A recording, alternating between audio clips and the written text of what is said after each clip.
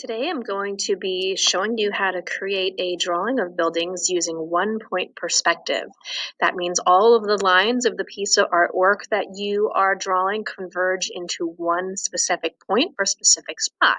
So you're going to be starting by drawing a little dot in the center or somewhere close to the center of your paper where all the lines are going to converge.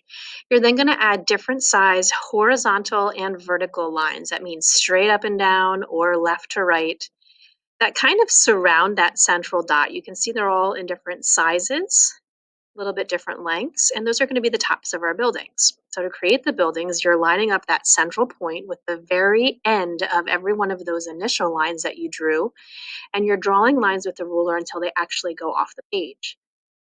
So you can see they kind of go on a diagonal and they make the buildings, which are going to appear larger at the bottom and smaller at the top. So I'm lining up the central point with the end of every single line that I drew that was horizontal and vertical at the beginning of my drawing to create buildings that are skinnier as they go towards that central one point of your perspective.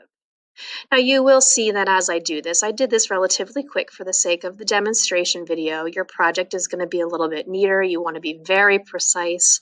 Always use a ruler. Eventually you'll see me add details on the windows or on the buildings like windows and little lines and stuff. Please make sure yours are a little more precise than mine because the more precise they are, the more visually appealing they are.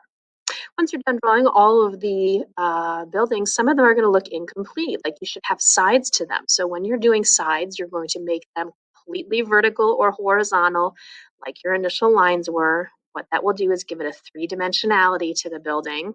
And then just like you did initially, your line is going to extend from that central point to make the building look like it has the same type of perspective as the other lines you started with. When you're done drawing, you might realize there's a little empty spot. So what you can do is add a little extra line that's either horizontal or vertical and add yourself one extra building just to sort of fill that space if you need to before starting to add detail. So here's where I'm adding detail, some windows and all sorts of things on the buildings to give them a little visual interest. I did mine very quickly for the sake of the video, so yours should be more precise. You can see as I'm drawing that the closer I get to that central dot, the smaller each one of the details gets. If I'm doing straight lines on the buildings, they should follow that central point. And they do get a little farther away the closer they get to the edge of the paper too. So smaller towards the dot, larger towards the edge of the paper. I then went through with a black marker and I solidly colored everything in black that was the side of a building. So all those sides that you added, you can color those in black. That will imply shadow and it will give it a little visual interest. And then eventually we're going to be painting watercolor washes wherever there is not a building. So this is going to be basically the sky, which will be the background. And you need to just start thinking about what color scheme you want. Do you want it to be daytime, sunrise, sunset? Maybe it's going to be a nighttime scene that you're going to add deep colors to.